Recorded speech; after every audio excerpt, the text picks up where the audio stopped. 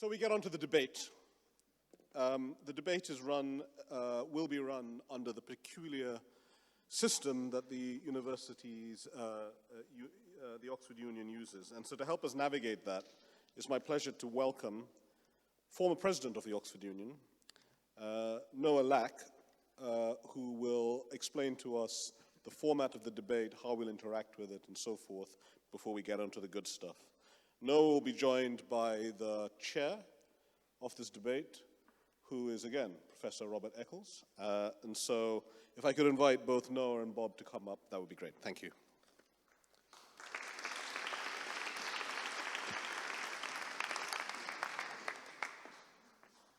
So in just a moment, I'm going to turn it over to Noah to explain to you folks what we're going to do. A few words from me first. First, let me say I'm kind of pleasantly surprised to see how many people are here and that you're staying for the debate, you know, after the awards. I think we need to clear the air on something so we can have a good time together. Over the past couple of days, a number of people have come up to me and said, last year the chair for this debate was Catherine McKenna, who was the Minister of Environment and Climate Change for Canada. Even more people have come up to Alex, and we're stuck with you? So how did this happen? Late last week, I get an email from Ben saying, Bob, could you do me a favor? Would you chair the debate? He's my friend. So without thinking, I said yes. Then I started thinking about it. Why would Ben pick me? I wasn't the president of the Oxford Union like Noah. I didn't go to Oxford. Good thing about that is I don't have the heebie-jeebies when I go into the exam school. I don't have a posh British accent. I don't even have a working class British accent. I still call football soccer. So like, why am I standing here? Then I was starting to feel a little bit badly about myself. Did I go through 3 people, 4 people, 9 people, 10 people? And last minute, Ben is desperate. So he asked me. Then I thought about how these debates take place. These can be raucous, intense affairs. Emotions can get high. The intensity goes up. They're seated next to each other. Fights can begin from between the proposition and the opposition within each member of the team. We're in England, so it's like football. The audience can join in. They may be rushing down. So what do you need in the chair of a debate?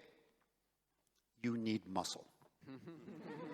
You need muscle to keep everybody under control. Then I realized that's why it's me. I'm 72 years old. I turned 72 in May. As a little award for myself, this is true. I started flipping tires.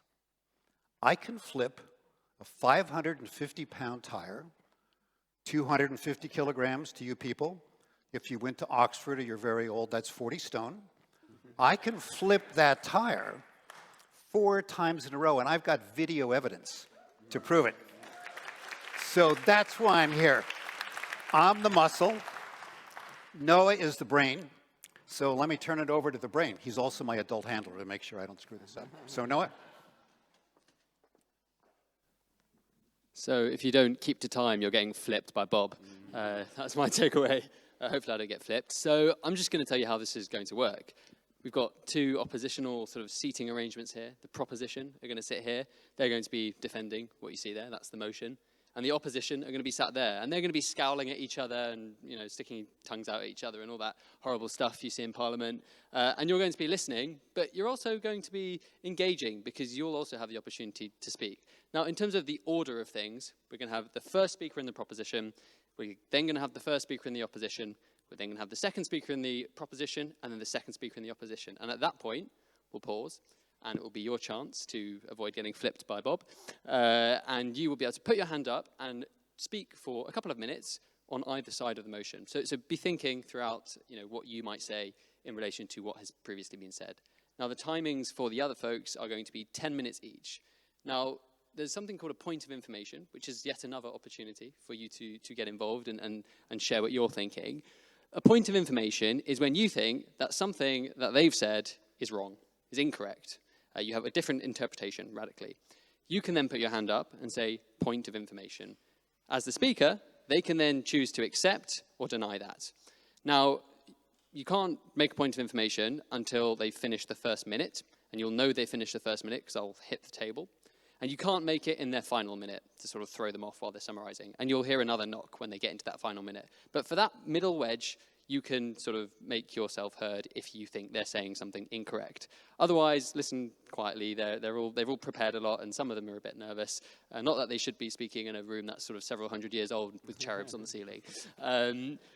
But those are the rules. It's really simple. It's a conversation with alternating people. You listen, you clap, you say your opinion as well. And at the end, we have a big vote. The other sort of thing we didn't mention to the speakers, actually, is one of you will be given a mysterious prize for being the best speaker. So much like the awards that were just given, there are two sets of prizes. There's a prize for the winning team and then an individual prize for the best speaker. So have that in mind as well. I hope that is clear. Bob is going to lead us in actually calling on each individual speaker. But can I ask actually that the proposition and the opposition come up now and take their seats in front? I got this. Thank you.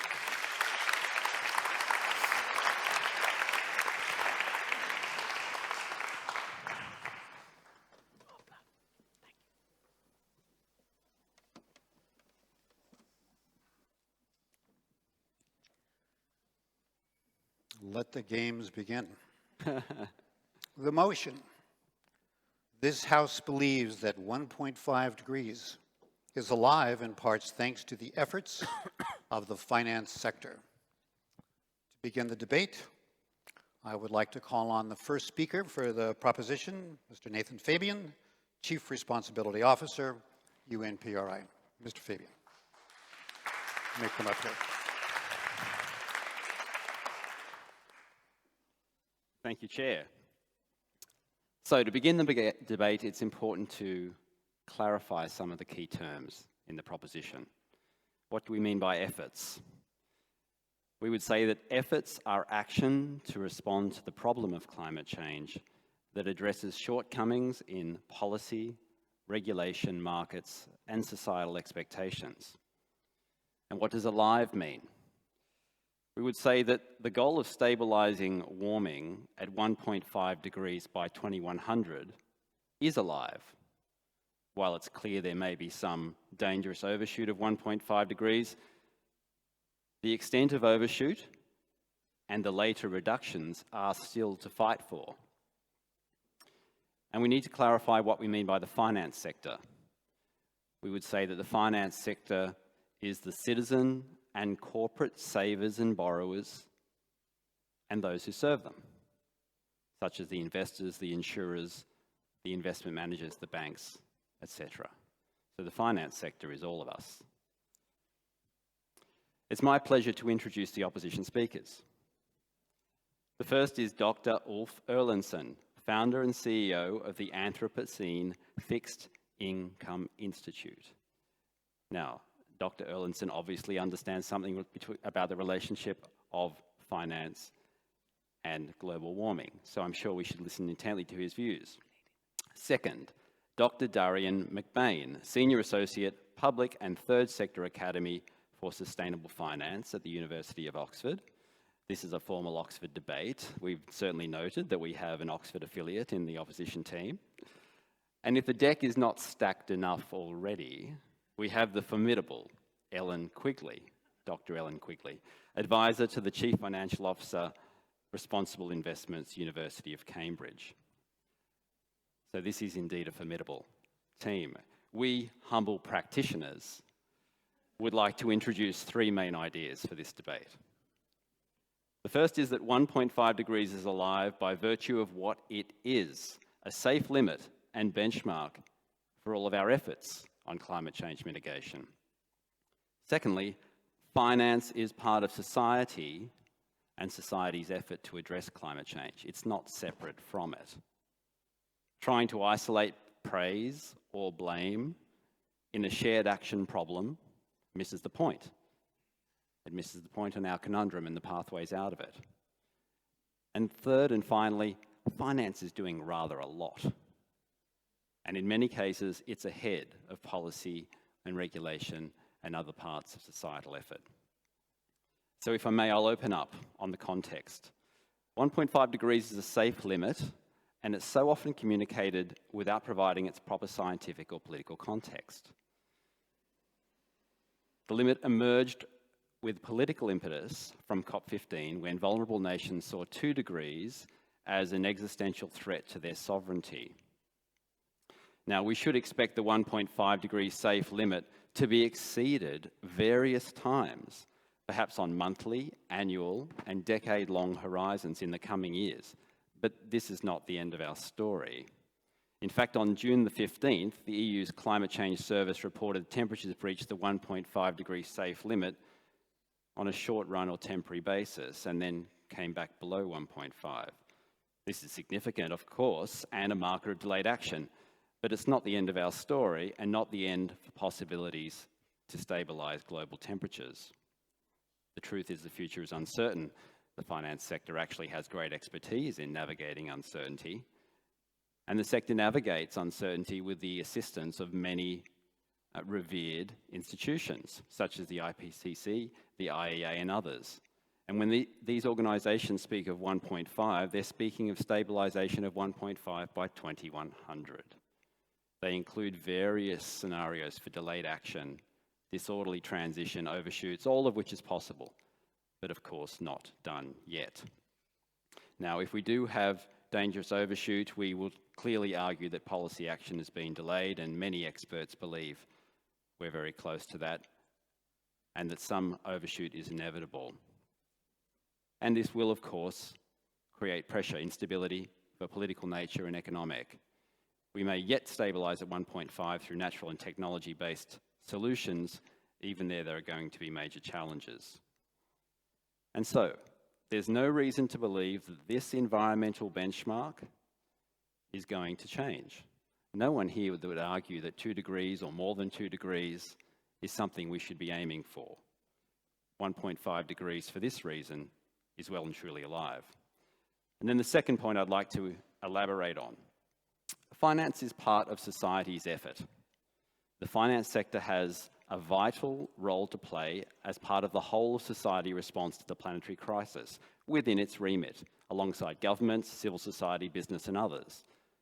Finance, of course, is part of the COP21 agreement and is noted in Article 2.1c.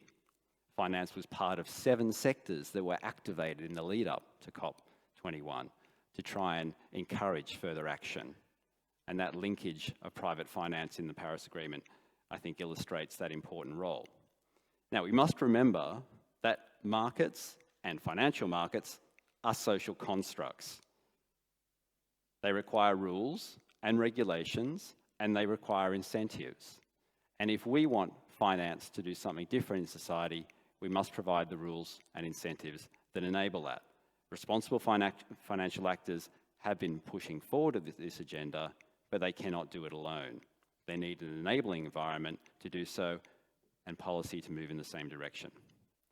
So, if we see society and finance as intrinsically linked, we should consider the counterfactual. Imagine if there was no responsible investment, no climate disclosure, no taxonomies, no leadership from central banks. If the financial sector had continued to be a hotbed of climate denial, where would we be now? Clearly, we would be dragging on society's response. But of course, the opposite is true.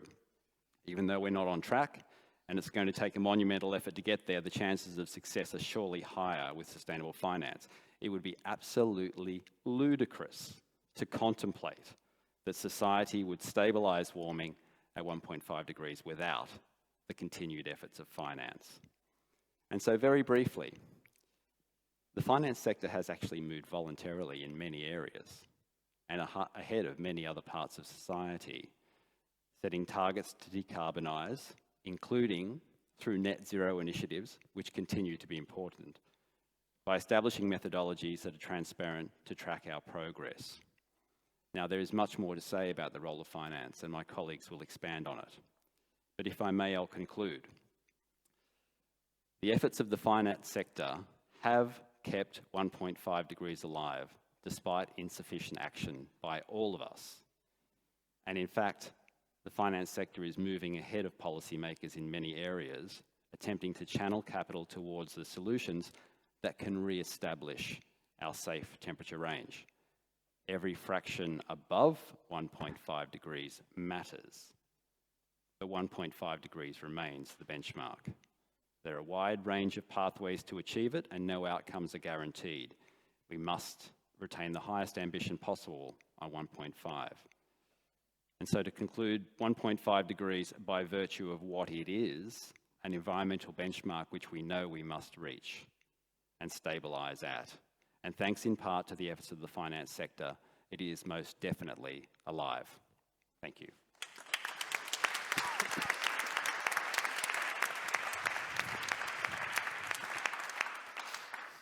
Thank you, Mr. Fabian. You are on time. In fact, you were under time, and you will not be flipped at dinner tonight. And you've set a good example. You've set a good example for everyone else. And with that, I'd like to call on the first speaker for the opposition, Dr. Helen Quigley. Thank you. Is there a timekeeping device here? I'm afraid I'm not going to be as It's well-behaved as It's Nathan. Noah. He is the timekeeping device. Oh, okay, but could I get some warning? 1 minute and then you get a 9 minute. Awesome, thanks. Okay, so first I'm supposed to introduce the opposition, and I was told that this was supposed to be all jokey, so I'm going to stick with that. So, of course, there's Nathan Fabian, and, of course, he's with the PRI and has been for some time. And what's interesting about the PRI is that a graph of the AUM of the membership closely tracks a graph of the increases in emissions over that same period. And then we have, I was told it was jokey recently. Okay. And then we've got Tina Mavraki, and this is a true story. Minutes ago, she tried to steal my notebook. But then she offset that by giving me a hug. So now she's net neutral or something. And then we've got Jakob Thomä, and I'm going to leave the skewering for Ulf, because he's got a really good one. So wait for it. Okay, so I want to just start by saying, like, we're unhappy on our side of the house. We do not want to be in a position in which we have to oppose this resolution. We would much prefer joining the proposition on their side. So that's just the basis in which we're starting this debate. I'm going to start with a couple of disclaimers as well. So one is I'm definitely not speaking on behalf of the University of Cambridge or its CFO, and that'll become very clear very quickly. And the second disclaimer is that I might end up throwing a lot of the people in this room under the bus, and I'm sorry. So just a little bit of structure. Ulf and I are going to deal with the more financy side of things. He's going to deal with debt and the kind of microanalysis, the deep dive. And I'm going to do kind of the macro side.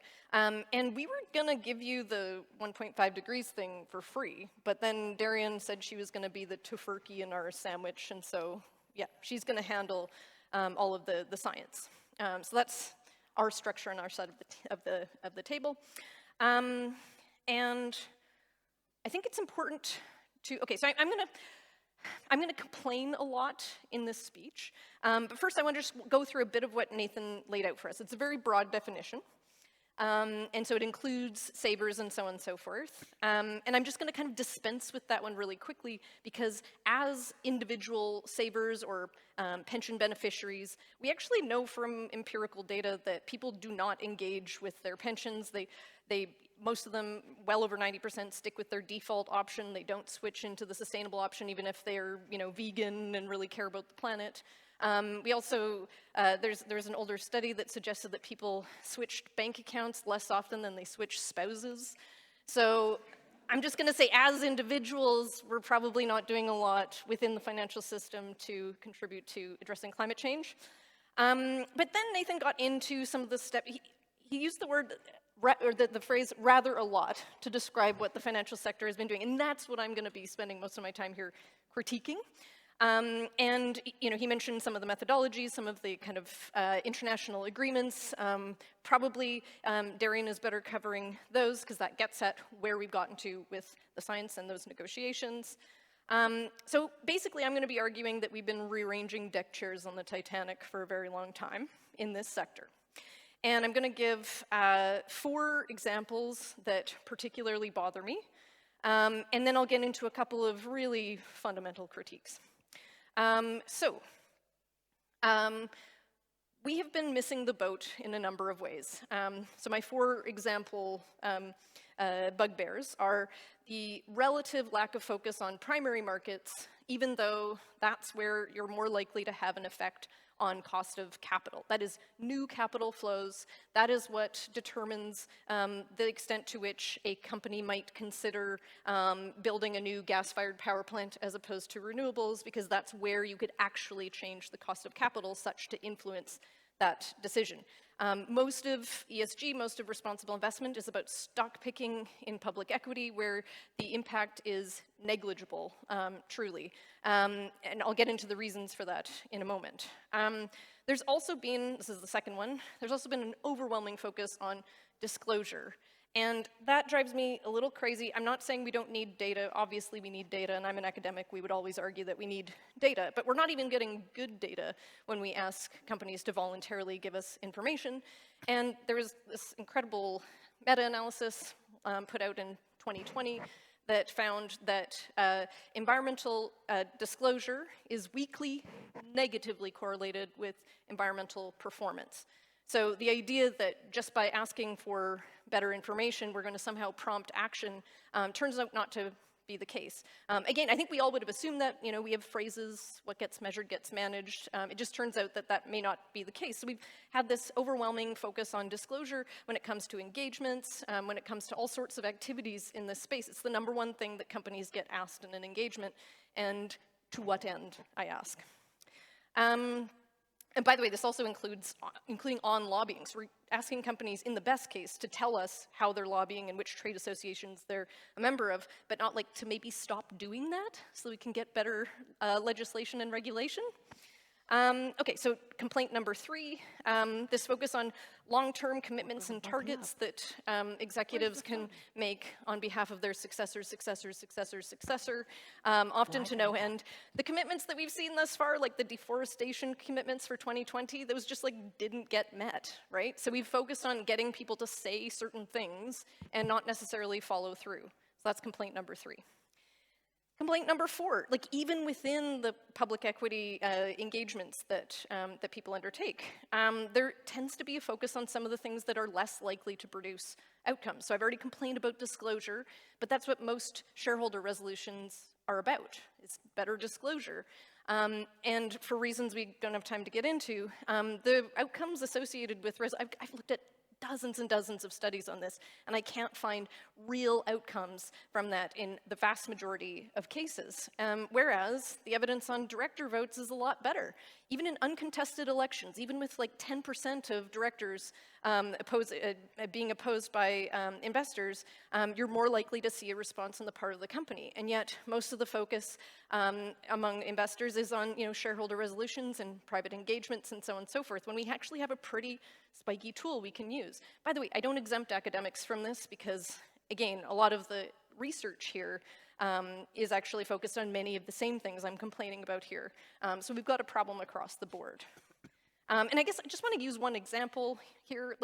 Look at every methodology or metric you can think of.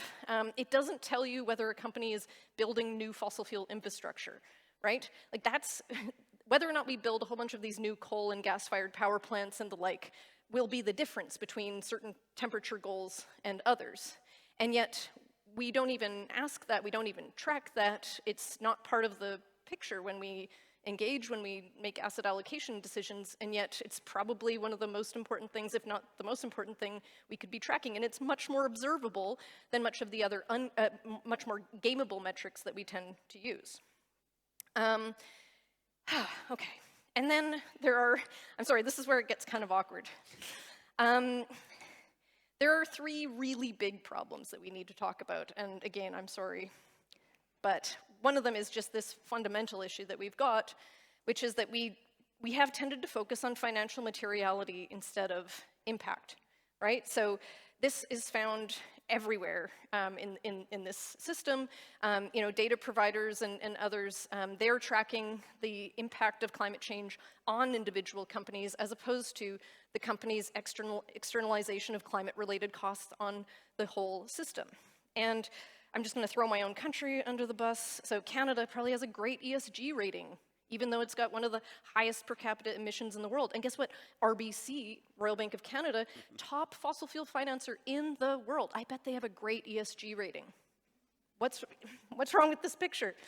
So anyway, so that's one major issue, but it's actually linked to something that's much more awkward and something that does not come up in many of these discussions, and that's point number 2 in terms of fundamental critiques, and that is the conflicts of interest and the differing incentives between fund managers and asset owners.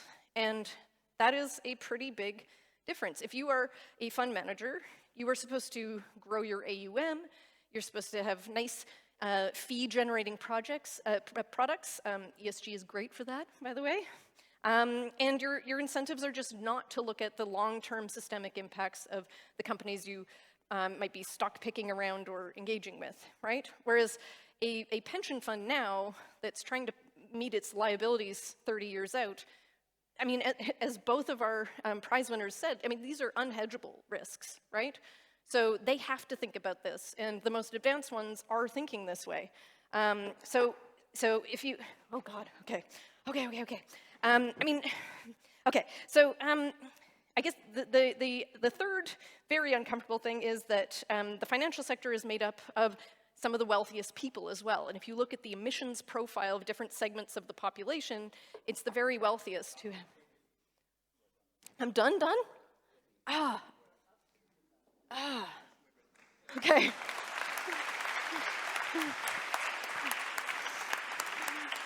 I didn't get any warning. Good shape for tonight. You're going to be flipped. I only need one arm to kind of flip you, so that's going to be okay. She stole 30 seconds from the rest of the team. Noah's keeping the time on this. On that, he was knocking. He knocked. You know, he was knocking fine. Don't blame the professional. You are not the president of the Oxford Union, and he was. So we've only had 2 speakers. Let me just say that I'm already feeling a little bit better about myself because we've had an Australian accent, we've had a Canadian accent, so I'm not the only unwatched member of this otherwise august audience. Feeling good about myself. The second speaker for the proposition was the last one to arrive, barely on time. She has an excuse. She's an Oxford graduate, and she was having some flashbacks over there in the exam school, and it took her a while to recover. I haven't tried to steal her notebook, so we haven't exchanged a hug. So she's not Tina to me. She is Ms. Konstantina Mavraki. And would you please be the second speaker for the proposition? Thank you so much.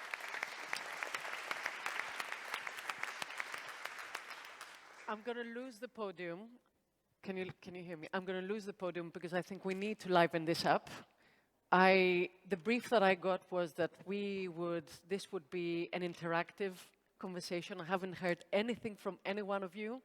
So shall we liven this up a bit more? There's rules. Okay. Ms. Mavraki. Okay. You have 10 minutes. Okay. And then you will sit down. Okay, wonderful. Let's It's see what we can do. already So, not only I did try to steal that book, but I was offered a box. And in that box, there were little goodies, and you offered some of them to me, but you were interestingly picking up from one side. So was the other side poisoned, madam? There you go. So I have this beautiful script here, but I'm going to park it for a minute because you made some very interesting points. Number 1, disclosures, right? Why are we so interested in disclosures? We still don't get it, right? It's not about the disclosures. It's about the thought process and the strategic process that leads you to the disclosures. If we're still stuck to, what do I have to disclose here? Let me get the shopping list. We have missed a phenomenal opportunity. Transition Plan Task Force, any CSRD, depending on which country you come from here, this is what the point of disclosures is, the thought process of capturing the strategy that leads to the disclosures. So transition finance, sustainable finance is not about compliance, it's about strategy. Second point that you mentioned was, how do we influence things? And you started talking about the role of directors. I think you might, because you're an amazing academic from what I understand, you might have missed a few pieces of research that actually show how they've upped the ante, actually. Investors have upped the ante on board re-election. That started in the US, that started in the S&P. It's moved to the Russell 5,000. How many do you have there now? I don't know. That's good enough. Okay, wonderful. And now it's moving to the FTSE, and how interesting it manifested itself in this AGM season, just now. So this is happening already. What are you complaining about? Where is the effort lacking, Mrs. Opposition? Third thing, financial materiality. Oh, you guys have such an amazing credit rating, ESG rating, but you are financing fossil fuels. This is not the world of influencers. I'm sorry, you have to look into your data. Everyone is having an issue with, I don't want to name names, but some US banks or some European or English banks. Oh, you're not doing enough, let's, into the line of fire. No. It's the starting point that matters. If your portfolio to begin with was so fossil intensive, how do you compare yourself to the other ones that had a tiny exposure? It's not about league tables, it's about thinking. Someone complained to me when I went to visit that bank, I was in a room of people, there were 20 banks, 21 financial transition plans, and he thought I would, sympathize. I'm like, well done. That's the whole point. So, I'm sorry, this debate is about in part thanks to the efforts of the financial sector. What have you debated so far? In fact, I'm so confused because your efforts, Madam Opponent, actually stirred a lot of conversation with what we call the passive, you don't call them intergenerational, you don't call them passive investors, you call them the? Universal owners. There you go. You actually convened or helped to convene that group, and these universal owners apparently discussed how they will up the ante on board re-election, and they will start divesting from their board portfolio, or they will withdraw their support from new issuances from investors or from companies that have a lot of fossil investments in them. So I think you're confused. You're on this side, not on that side of the debate. So your boss would be happy. But we have to forgive you because you come from the other side. This is Oxford, okay? Whoever has worked or studied here has sweated it off enough. So you have to take that message home, okay? Must try harder next time. So let me go back to my strip. How long do I have? 5, huh? Oh, good enough. At the beginning of the year, and in fact, this time last year, I had a conversation with the Financial Conduct Authority. They were in the process of pushing what they called their discussion paper 23.1, which was consultation about sustainability in the financial system. They curated a group of 9 people to contribute their thoughts in the hope that it would be a thought-provoking exercise for the market participants at large, including academics, and I'm sorry that you feel left out on occasions. You're not. And Tom Gosling had a very interesting piece. I put a piece. Tom Gosling put an excellent piece.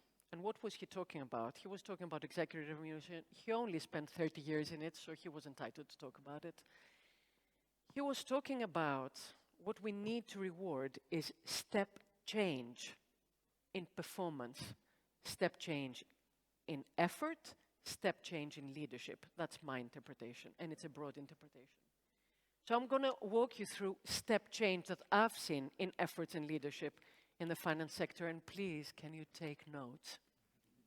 I'm sorry, are we not supposed to liven this up? You're doing great. Keep it Okay, up. wonderful, thank you. Because I was late, you see, so Yeah, just keep it I'll hurry. 3 areas to focus on. Institutional investors. Step change from institutional investors. I didn't know that you guys were sponsoring this. I would have done my homework on you as well, but I apologize. AGM season. American banks, 35% or in the 30s, they had resolutions in favor of transition plans, where in the States, with the big American banks, in the land of anti-woke, yoke, you know, my eggs and country you're breakfast. talking about. That's your country I'm talking Mavraki. about. This is step change. This is material in a world where I'm so sorry that so much conflict is happening, probably for the wrong reasons. AGM season, step change. We all had a wonderful discussion, a very interesting debate about the Church of England Pension Board taking itself out of fossil fuel investments. I applaud them. That is a step change. Why? They had a sequence of engagement. They advanced. They presented their plans. They upped the ante. They started talking to their boards. Then they said, listen, my ultimate tool here is actually to remove support for your efforts. Removing capital from your company means that you're not going to be able to fund yourself as much. You're not going to be able to borrow as much. You're not going to be able to fund new fossil or whatever activities you're doing. You know what that means? That is a clear signal. That's a clear message. That is step change in effort and performance. There have been some other conversations from other investors about how they're upping the ante and they're following suit. I'm so sorry, because you used to work for AP2 or AP3? AP4. So Even that they number you got told me wrong. that they're going to hire Undershooting again. They're gonna hire a director of creativity to change names from 1, 2, 3, 4. They're gonna actually find new names now, right? You joined in that fantastic leadership from institution investors say, no more director re-elections. We're gonna start divesting. Take us seriously. Step change. So I'm gonna go faster here. Banks. We are seeing more effort from banks. We are seeing actually capital put aside for what are provisions. And they're not making noise about it. They're actually doing it in-house. They don't need to make noise about it. We are talking about increasingly funding their funding book with green products. That is a step change. We are talking about introducing in the market products like hydrogen, contracts for difference, debt for nature swaps. This is a step change in intellectual capital and efforts in order to provide capital to the whole world in sustainable finance. And finally, my favorite, boards. You see a step change in the board room from the financial industry. Someone asked me yesterday, you spoke so well in the panel, but I disagree with everything you said. I said, okay, that's fantastic. Why? I said, you cannot find any directors with climate capabilities. I'm like, are you kidding me? Have you heard of Chapter 0? That's the one thing I will give to Cambridge. Chapter 0, call them up and say, hey, can I have some non-executive director introductions that can come to my board and help make some change? So, step change. How much do I have? You're done. Nothing. You're Thank done.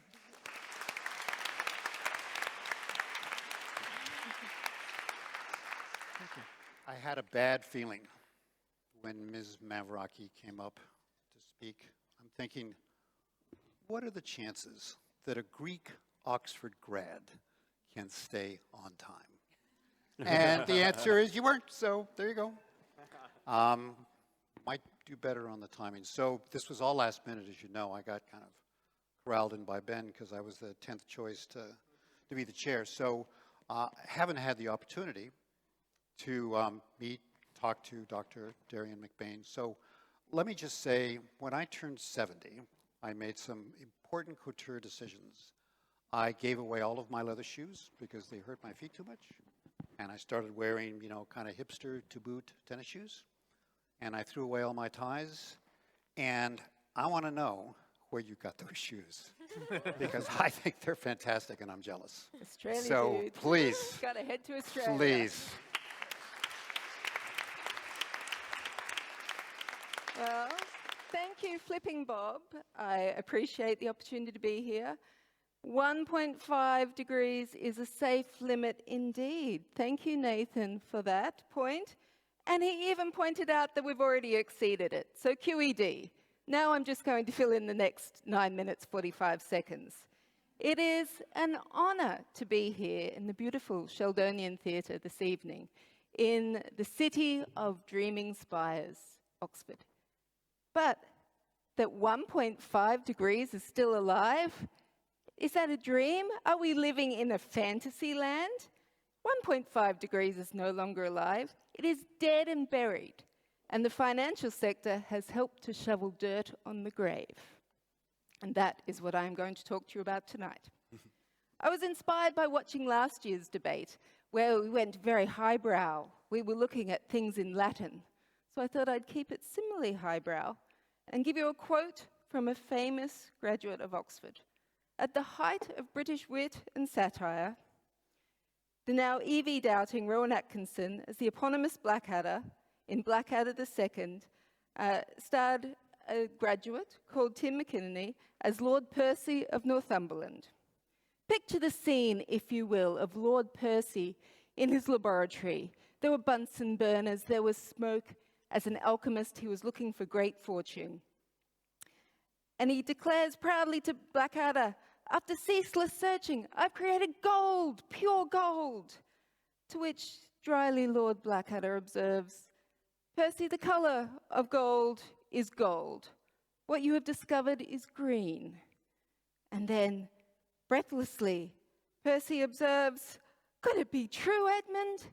I have found, here, I hold it in my mortal hand, pure green. And I can't help but being reminded of the efforts of the financial sector and green finance in trying to find profit from climate change from this scene. The rise of green finance has not reversed the trend in global temperatures.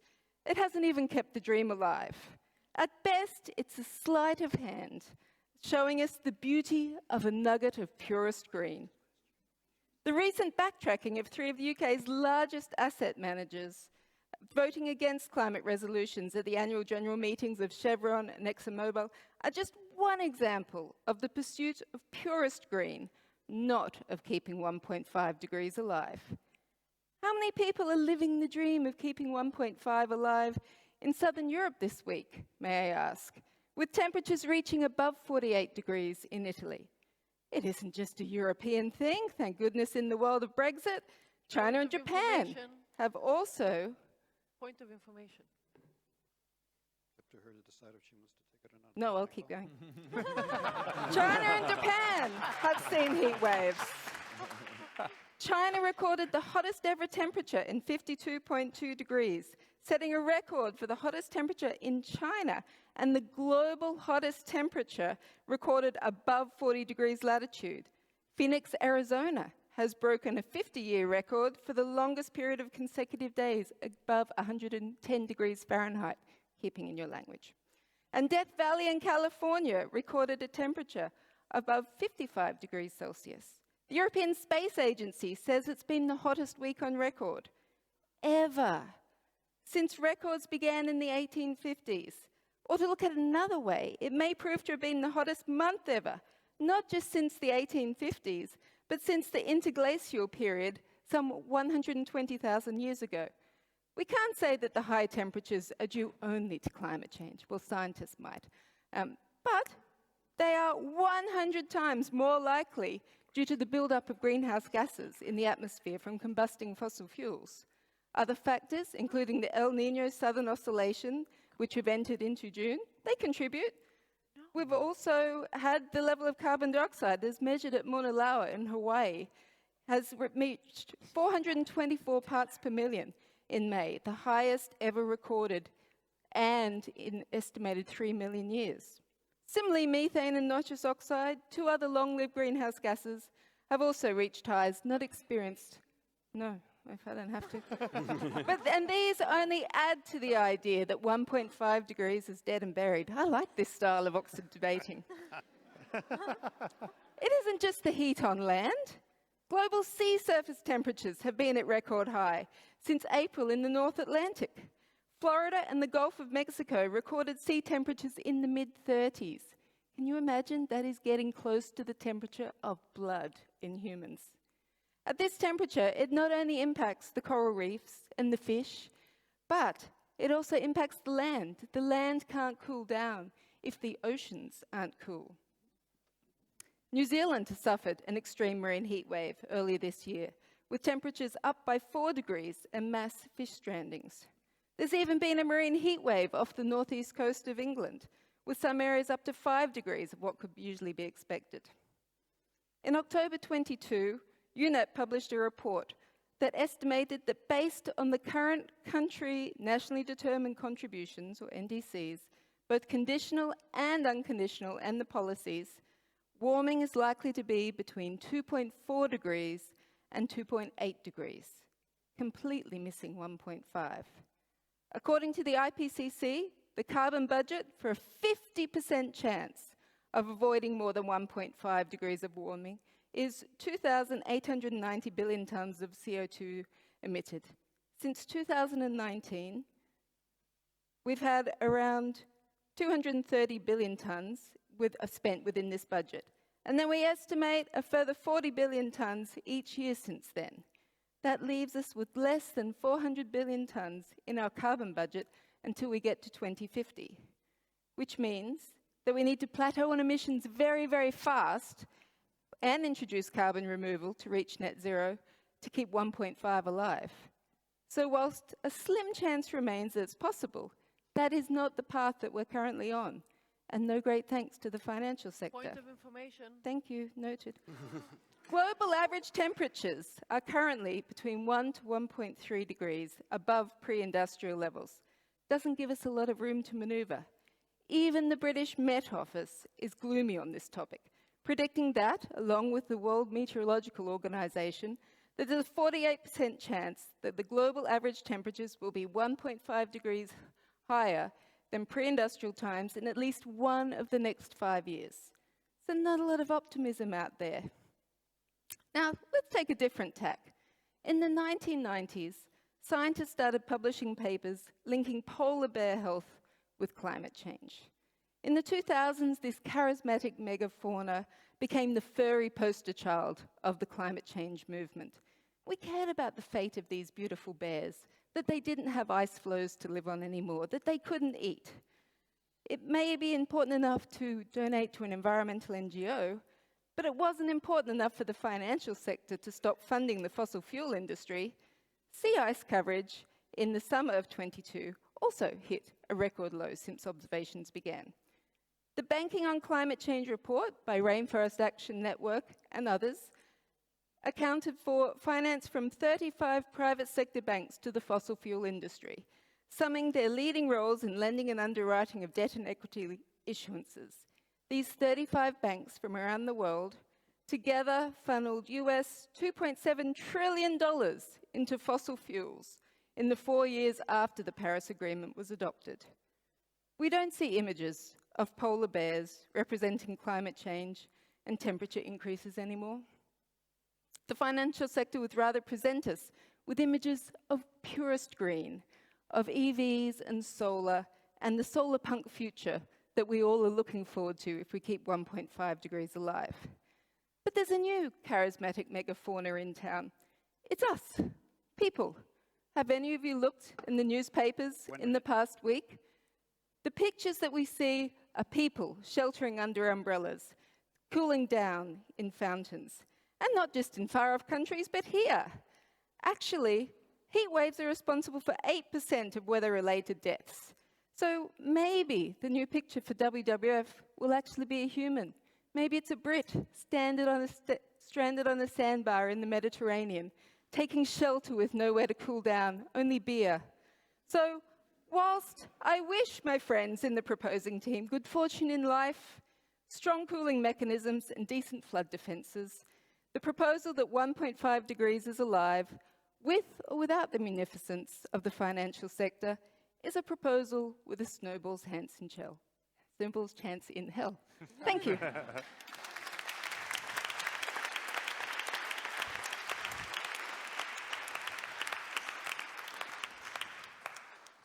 Okay. So this is the audience participation part. You're only the audience, so you don't get 10 minutes. You get 2 minutes. Depending on who you are, you may not deserve that, but it's not for me to judge.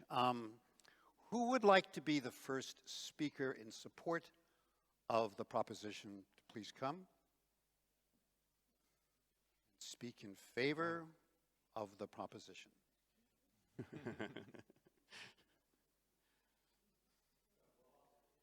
Thank you, sir. Absolutely.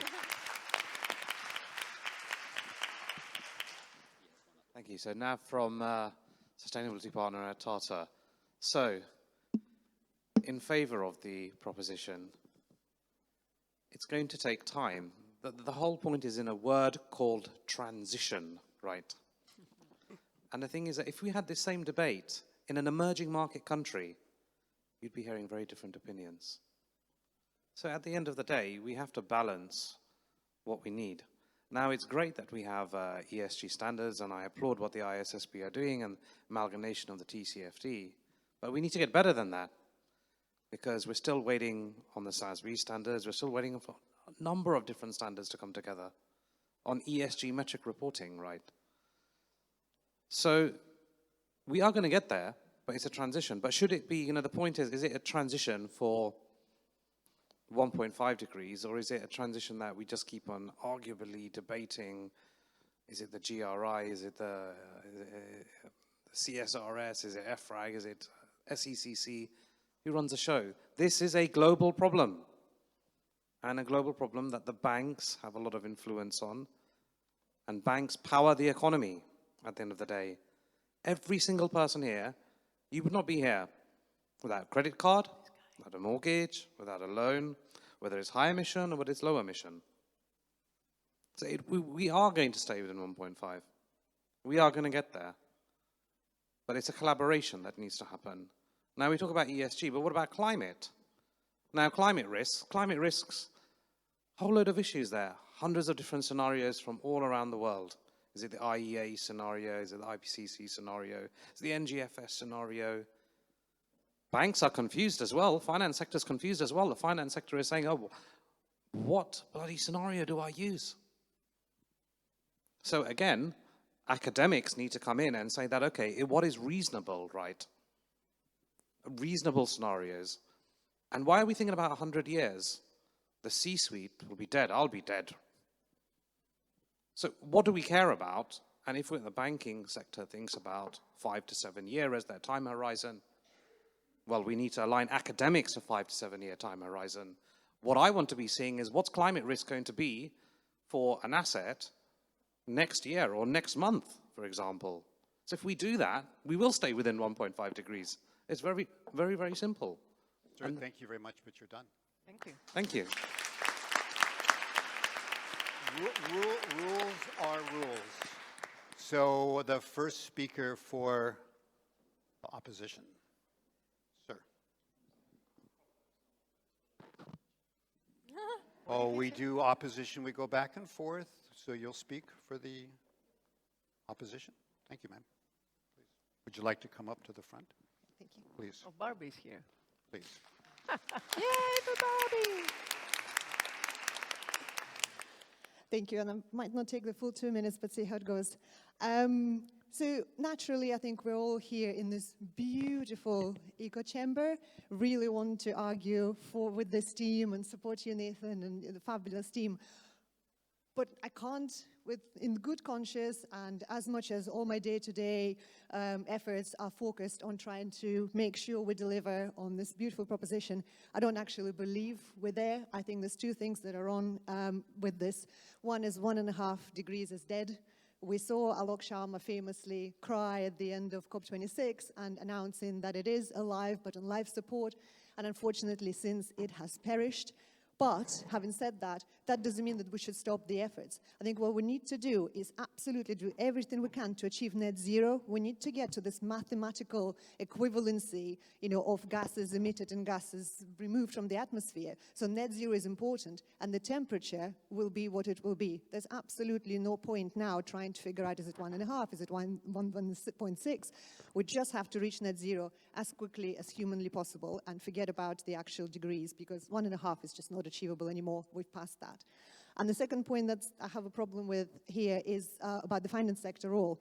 And yes, again, all of us here are here because we are doing the right thing. We're the good guys, right? But there's a much, much bigger financial ecosystem that are not the good guys. And so far, they have detracted rather than contributed to the efforts that we in this room are trying to achieve. So yes, the financial services sector can be the force for good, and all of us here are. But it also can be a massive force for destruction, and that's so far what we witnessed in the overall balance of things.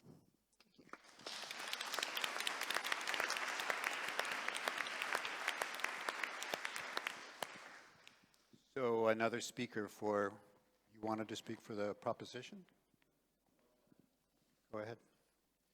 That's pretty fancy, 3 Ps and thank all you very that. much. That's nice. What I say won't be as fancy. Go ahead, try. Try. I was once warned that if you're worried that people think you're an idiot, then best not open your mouth and confirm it. But here we go. So the global climate scenario, unfortunately, is not predicate on the tears of Alok Sharma. And so 1.5 degrees is very much alive. And back at the Paris COP, the best estimates of temperature warming was 6 degrees. And at the most recent COP in Egypt, it was around 3. And so until it is over, it is not over. And there is progress that has been made. It's taking up the time. I need the time. And so the second part of the point is that whilst this goal is still alive, you cannot divorce the role of the financial system from the global economic system. The financial services sector is the oil in the engine of the global economy, and as long as the global economy exists, you cannot separate the financial services sector from it. So the in part is crucial. It's an easy argument to make to say that the finance sector is responsible for the 1.5 degree goal. That's false, but in part, whether we achieve it or not, the finance sector is absolutely in part of it. And so to close on my couple minutes, I think the last thing I was going to say, that the opposition has a tough job here. Wisdom is chasing them, but sadly, they're always faster. Do we allow that during these speeches? Sure, go ahead. For 10 seconds. This morning on Radio 4, a leading climate scientist said 1.5 degrees is dead, and if I get my 2 minutes, I'll elaborate. Yeah, well, that was a bad idea, because with that you probably won't, because I'm in charge. So, second speaker for the opposition.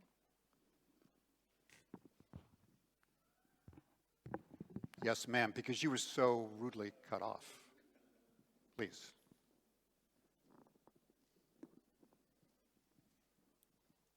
Dear proposition, I find it frankly deplorable that you can't add up. Close it after 2. The carbon budget is clear. We emit, as the second speaker clearly stated, 40 gigatons a year. You need to learn to do your maths.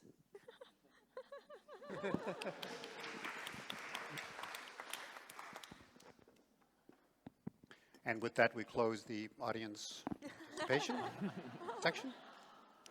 We will now have the closing speakers. To Jakob Thomä for the proposition.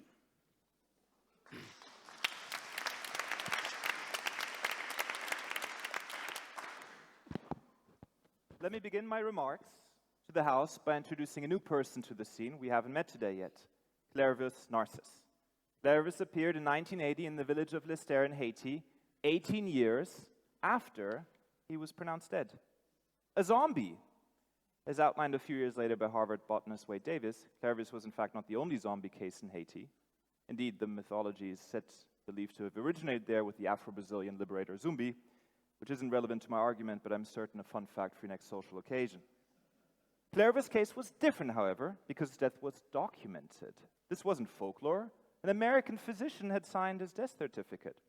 And while there may be some warranted skepticism about the US healthcare sector, that typically doesn't extend to the people working in it.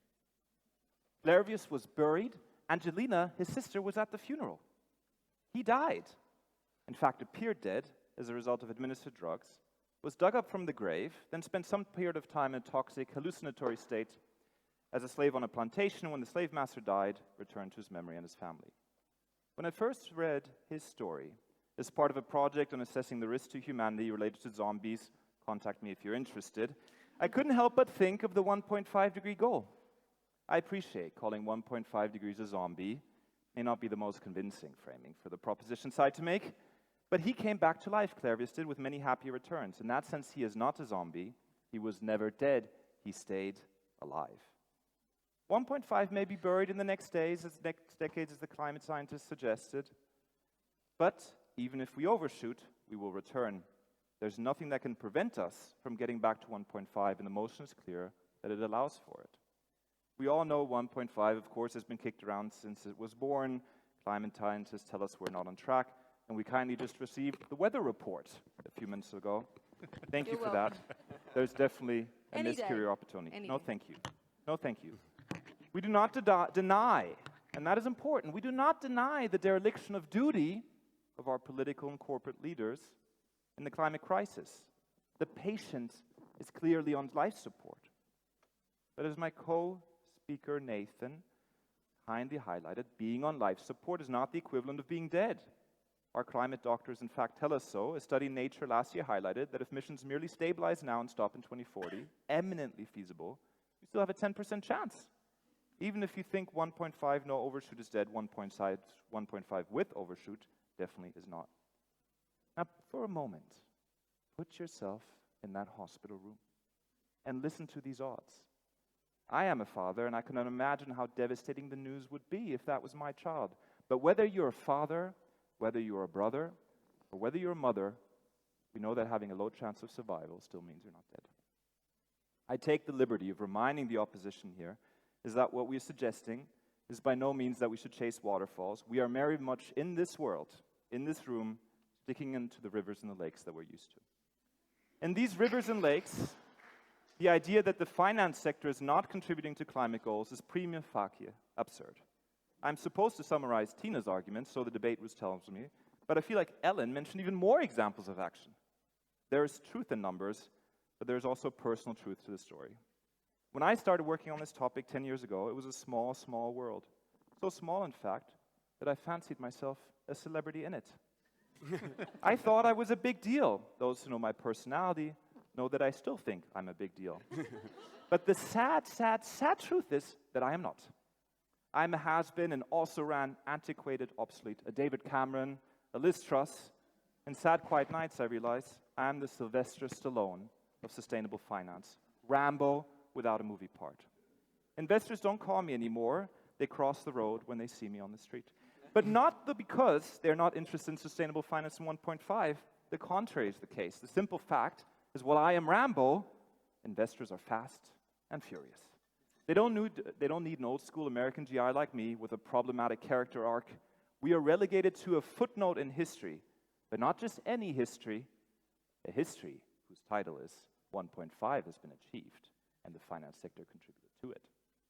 I realize nobody cares about my sob story, but you know that story is yours too. There is power in this room, one that cannot be divorced, as Nathan highlighted, from the world outside of it.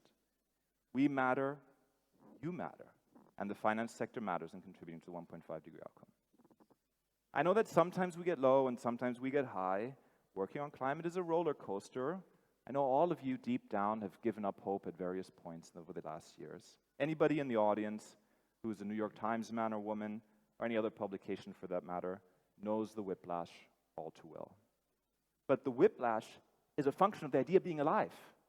As long as you have whiplash, you can still believe 1.5, today you are you. That is truer than true. There is no one alive who is youer than you. Our simple ask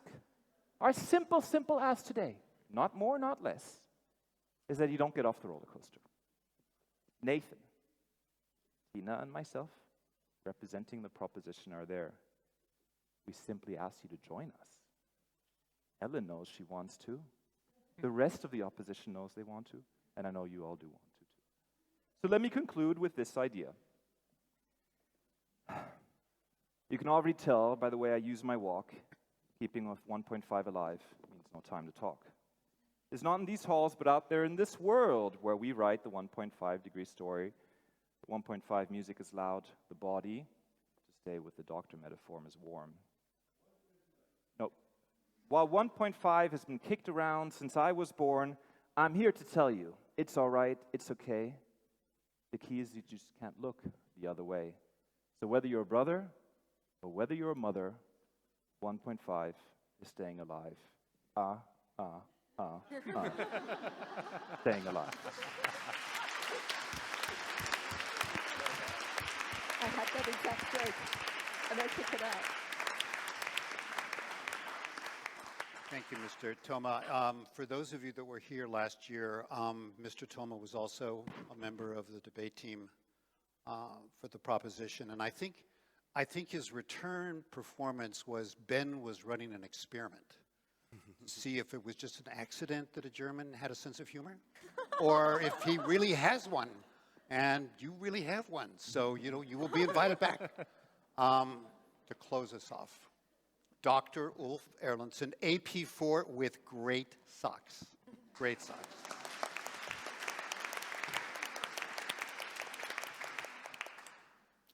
Thank you. First, I would like to commiserate for anyone who actually took a basic course in mathematics out there. Tina, you argue very eloquently around some of these numbers, but keep on repeating step change and look at targeting 1.5 degrees, a fractional number that doesn't work. Keeping on the degrees side, Dr. Quigley, Dr. McBain, myself, we are three. We have Dr. Thomä on the other side. The proposition obviously is hoping for at least 1.5 degrees. We have 3, so we think that 1.5 is already overshot. However, it hasn't gone unnoticed that Dr. Thomä, or Thomä, founded something called the 2-Degree Investing Initiative. And here he is arguing for the 1.5.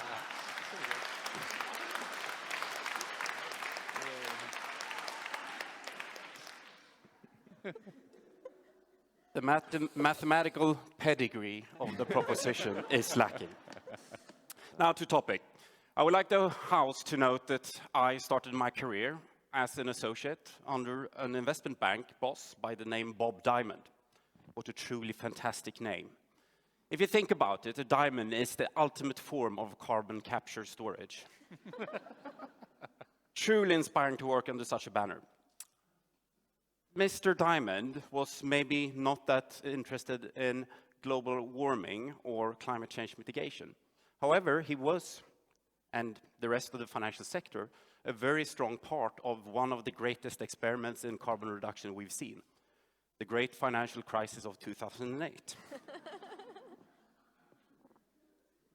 So maybe we should thank the finance, because this motion talks a lot about thanking, for it having been an inspirational force around that degrowth movement, shrinking economies in order to reduce carbon emissions.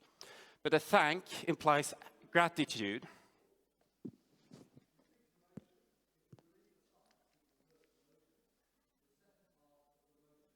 I will return to that in my concluding notes.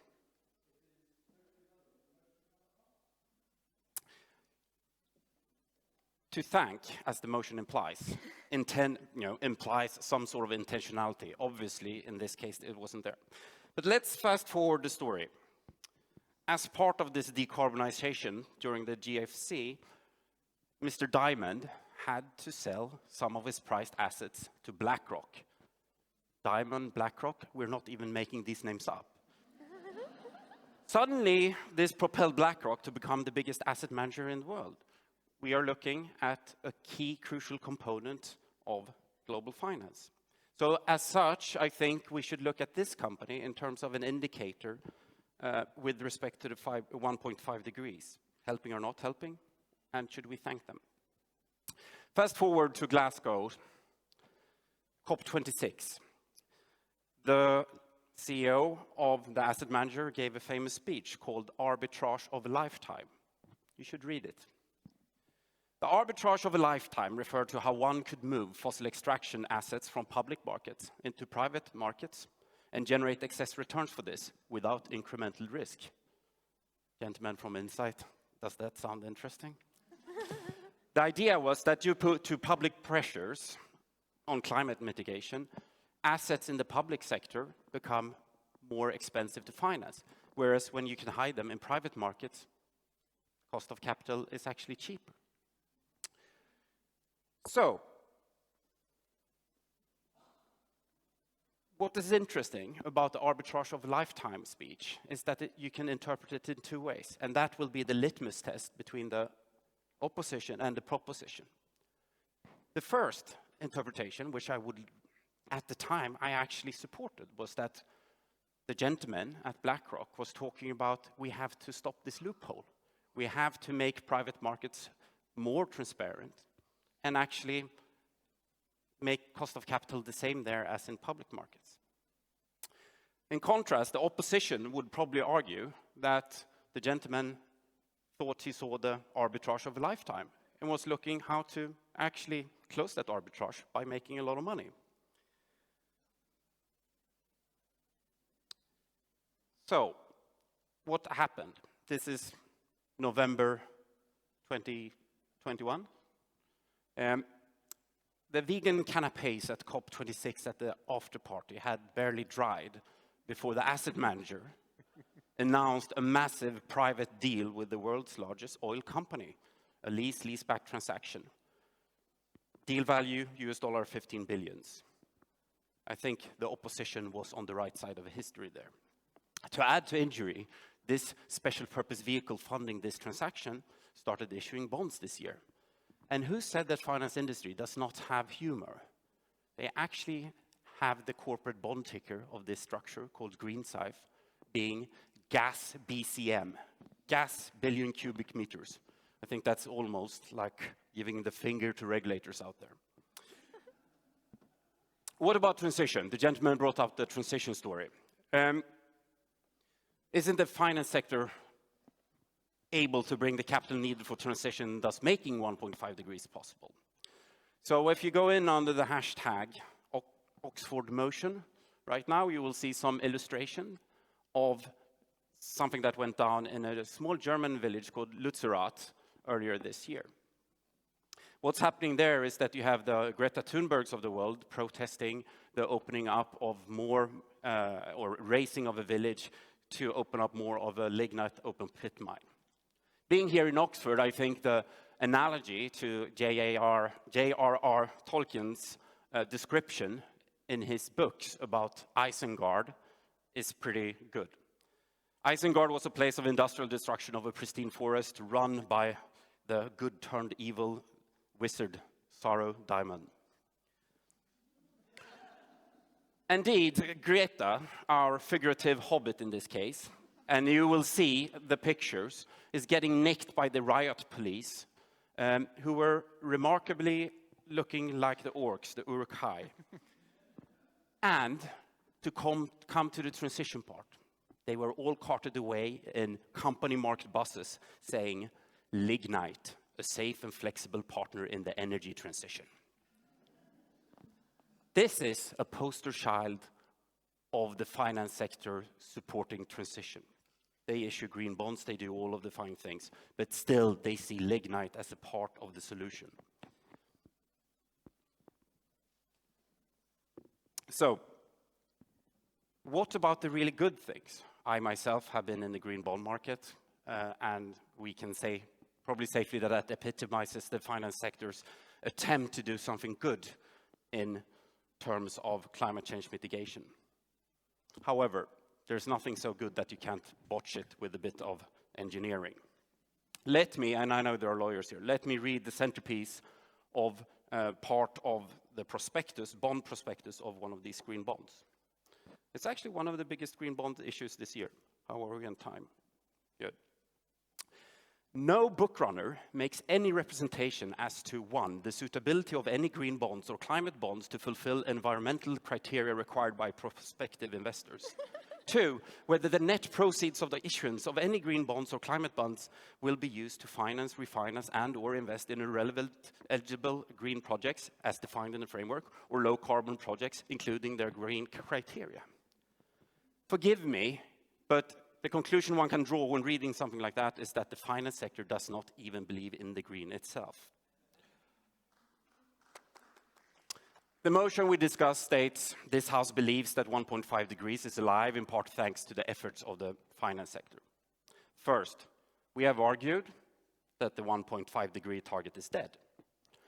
Second, the net efforts of the finance sector, I think we have shown, has contributed towards a faster, more violent overshoot of 1.5 degrees rather than an undershoot.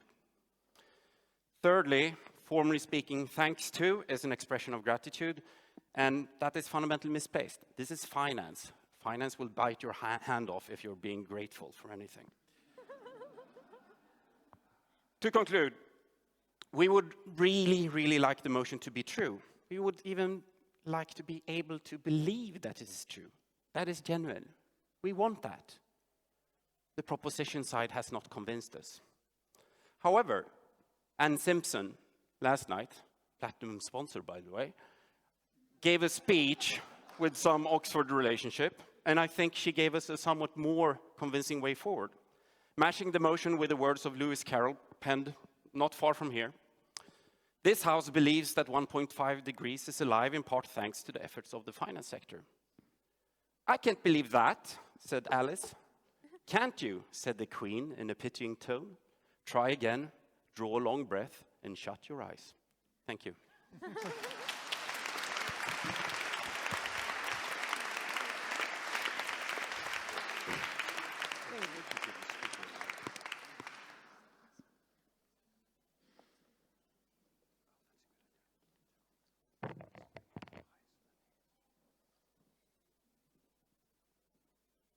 Consulted my mentor, and we've made a decision. What we're going to do here is we're going to decide who the winner is, and that's again an audience participation thing. And then Noah and I will consult deeply, and we'll announce at dinner tonight who the individual winner is. So you'll have to come to the dinner for that. So we have the motion. This House believes that 1.5 degrees is alive in part, thanks to the efforts of the finance sector. All in support of the proposition, please say aye. Thank you. All of those opposed, please say nay. Nay. The nays have it. The nays have it. Well done all. Well done all. We got it. That's a depressing win. I tried to give them a little bit on the end, right? To say, you know, we really want it. Okay. Thank you very much to Noah and to Bob, but in particular to these fantastic 6 debaters who I think gave us a lot of entertainment. One more round of applause for them, please.